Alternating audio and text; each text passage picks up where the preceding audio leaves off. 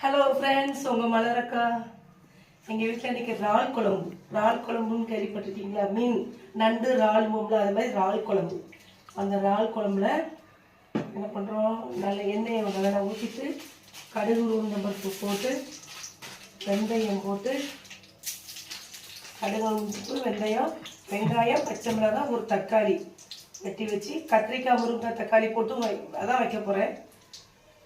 இல்லைன்னா கறி குழம்பு மாதிரி பெருஞ்சீரகம் இஞ்சி பேஸ்ட்டு இது வெள்ளைப்பூடி அரைச்சி உருளைக்கிழங்கு போட்டு புளி ஊற்றக்கூடாது. அரைச்சி கத்திரிக்காய் தக்காளி முருங்கைக்காய் போடுறதுக்கு புளி ஊற்றணும். புளி ஊற்றி கத்திரிக்காய் முருங்கைக்காய் தக்காளி வெங்காயம் பச்சை மிளகாய் ஒரு பச்சை மிளகாய் போட்டு நல்லா அப்படி வதக்கிட்டு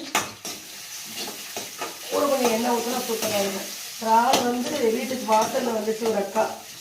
300 400 200 வேண்டாம் அப்படின்னு கடைசியில் 100 ரூபாய்க்கு பாதம் வச்சு ஒரு 4-5 நாள் தான் கொடுத்துருக்கான். இருந்தாலும் 2 போட்டாலும் மனமாக இருக்குன்னு சொல்லி நான் வாங்கினேன்.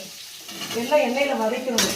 கொஞ்சம் எண்ணெயில் வதக்கிட்டு நல்லா அப்படி வதக்கிட்டு கத்திரிக்காய் முருங்கைக்காய் தக்காளி சின்ன வெங்காயம் 2 பச்சை மிளகாய் கருவேப்பிலை போட்டு 2 வதக்கிட்டு புளி லைட்டாக கரைச்சி வச்சுருக்கோமா, நல்லா அரிச்சு வச்சுருக்கேன். இதை என்ன பண்ணுறோம், இப்படி ஊற்றுறோம்.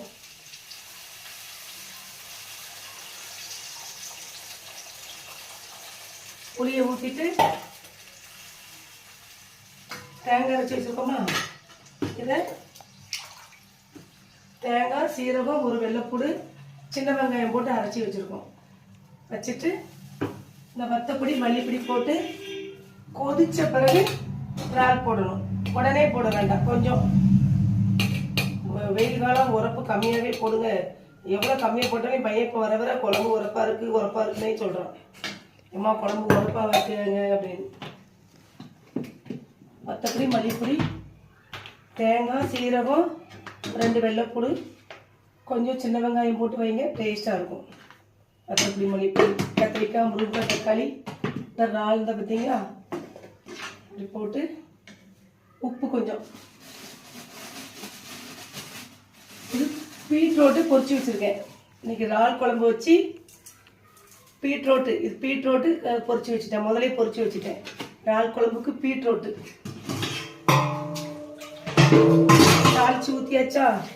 தாளித்து ஊற்றி கொஞ்சம் ஒரு கொதி வந்தோடனே இறாலில் போட்டுற வேண்டியதான். இல்லைனாலும் போடலாம், அதை பற்றி ஒன்றும் இல்லை. இல்லை நம்ம இஷ்டம் தான், நம்ம தானே சாப்பிட்றோம். ஆனால் டேஸ்ட்டாக செய்யணும்ல, அதனால் எல்லாம் ரெடியாக தாளித்து ஊற்றியாச்சு.